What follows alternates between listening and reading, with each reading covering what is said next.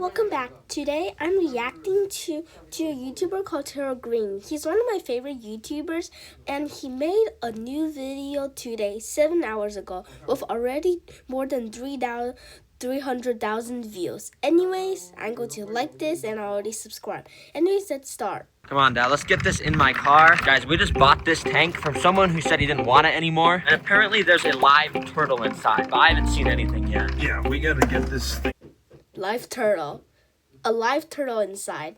I have a feeling the turtle will be very sick, although Terragreen have adopted a lot of other abandoned tanks and they're all safe, so I'm not sure. Yeah. Wait, stop. I think I just saw something in there. Wait, do you see that? And after taking a closer look, you can see the turtle was right there, chilling under a piece of wood. So we took off the lid to get it out. Yeah, look, the turtle's in here. Wait, should we take it out until we get home? Well, we don't have a place to put it. Well, we might as well just keep it in there. I guess so. I mean, we're not super far from home. He looks all right. Let me just put him back in here.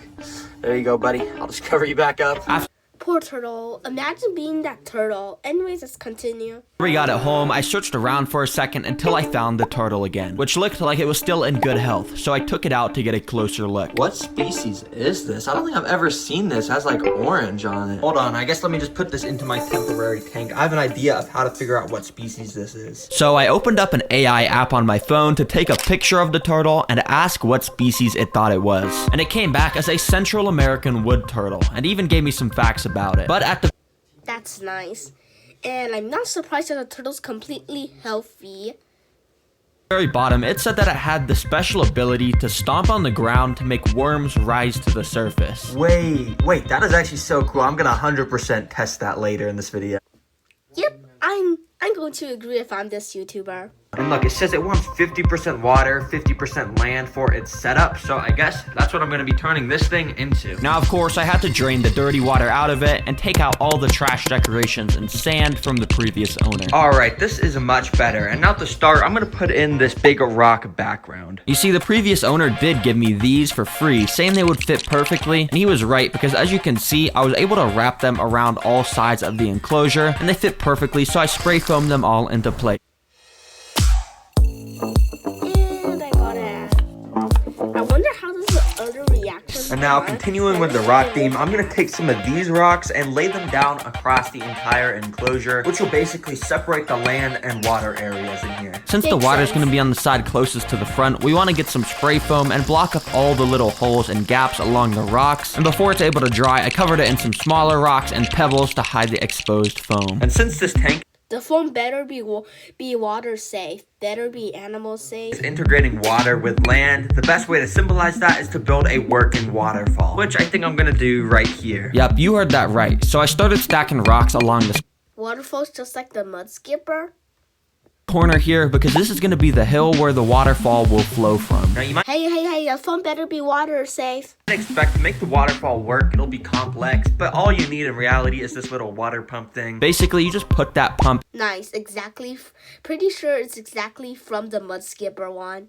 in the back corner and surround the extra space around it with some filter floss, which will make the waterfall also turn into a filter to keep the water clean. Then I line some tubing from the pump up along Okay, that too definitely from the mud skipper. the side of the hill. That way it was barely poking out the top of the rocks. Now you see, I actually did try to do a waterfall in a video about a year ago, and let's just say it didn't go so well at first. Hopefully that doesn't happen here. Well, I really hope I set up the pump in here correctly, so let's fill it up with water so we can test the waterfall. So I did that, plugged in the pump, and waited for it to start. Why is nothing happening? It should be going. Is it broken?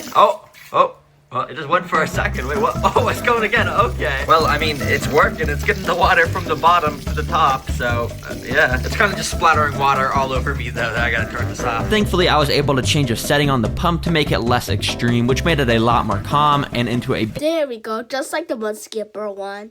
beautiful flowing waterfall. So finally, I glued a little bit of rocks along the top of the pump to hide it and drained out the dirty water. Well, thankfully, I got the waterfall working. So now it's time to finish up the floor and decorations in here. First of all, I wanted to fill the land section with these clay leca balls. Normally, if you haven't watched Terragreen, normally floor and decorations are first, just saying. You see, the two sections are mostly separated by rocks, but just in case a little water leaks through, this leaka should absorb it, keeping the land nice and dry. Next, I cut out some window screen matching the exact dimensions of the land, and then put the dirt substrate on top of it. But this land area is looking pretty boring, so let's get the basics like some small rocks and wood inside. Then let's put in some of this fern moss to add some color. And this is a live moss I've never used before, and apparently when you spray it, it actually just starts growing really fast. So in just a matter of a couple days, the entire enclosure should be taken over by the moss. It should look pretty cool. And finally, I put a ton of these branches on the wall to fill in the empty spots at the top of the enclosure. Alright, well the land area is now all complete, and my favorite part is this little area I made under the waterfall. As you can see, it's nice and cozy in there, and the turtles will be able to set up camp in there. And now it's time for the water area, which is a little simpler, because we just gotta pour in sand, basically. And after getting a ton of that in, I put some gravel up against the edge of the rock, so it faded that rock texture into the sand texture. And finally, we can't forget more rocks, baby. Yeah, pretty much this entire riverbed is just made up of sand and rocks. Pretty simple. Alright, the base of the tank is now complete, and after filling it with water, it looked even better, with of course the beautiful water. Hey, comment down below if you know why Terragreen always use a plastic and like when he's filling water. I could show Pretty you. much this entire riverbed is just made up of sand and rocks. Pretty simple. Alright, the base of the tank is now complete, and after filling it with water, See, like a plastic thing. Why does Terragreen always put like a plastic thing in there and then fill with water? Comment down in the comments below if you know why. Anyways, let's continue. it looked even better, with of course the beautiful waterfall now flowing. But if you're an avid Terragreener, you already know what the next step is. Let's get some plants, baby. First of all, I went to Walmart, of course, which thankfully had just restocked their land plant section, so I could get some good deals on those. But I also needed aquatic plants, which I could only get at the pet stores, so I bought a few of those as well. After getting home, I got out all the plants and put some of them along the land section. It was mostly just some small plants to add some greenery, but in the water portion, I put in all the water plants, which definitely brought the whole thing to life a little bit more. And now the final step to finishing this enclosure is Yeah, the why is it cleanup good? crew. And you'll see what I mean by that in a second, but let's go to Petco. I'm pretty sure it's the springtails. I'm pretty sure springtails he used to clean up moles. Okay, now first of all, we need to get something that's gonna eat up any algae that grows in the water. And in this tank here, you can see there's some aquatic nerite snails. Yeah, those little things there. Let me get them in a bag. And after getting those snails bagged up, I of course had to buy a couple containers of springtails, which I could put on the land and would eat any mold that grows in that moist dirt in the enclosure. Oh yes, I'm happy they have these in stock. Let's buy these too. When I got home, I first let the little springtails loose, and they all scurried around in their own directions and took cover amongst all the dirt and leaves. But oh, now it's time for the snails. Let's just put these guys in, and there we go. Now, the reason I chose this species of nerite snails is because they can't actually have babies in fresh water. You see, a big problem with most snail species is they'll have like a million babies, which causes the whole tank to get overrun. So thankfully with these guys, that's not gonna happen. To finish off the tank, I put in a water heater, a water oxygenator, and some heat and UV bulbs at the top, so the right parameters would all. Wait, if the Nara snails can't get babies, does it mean that he has to buy more after they die of age?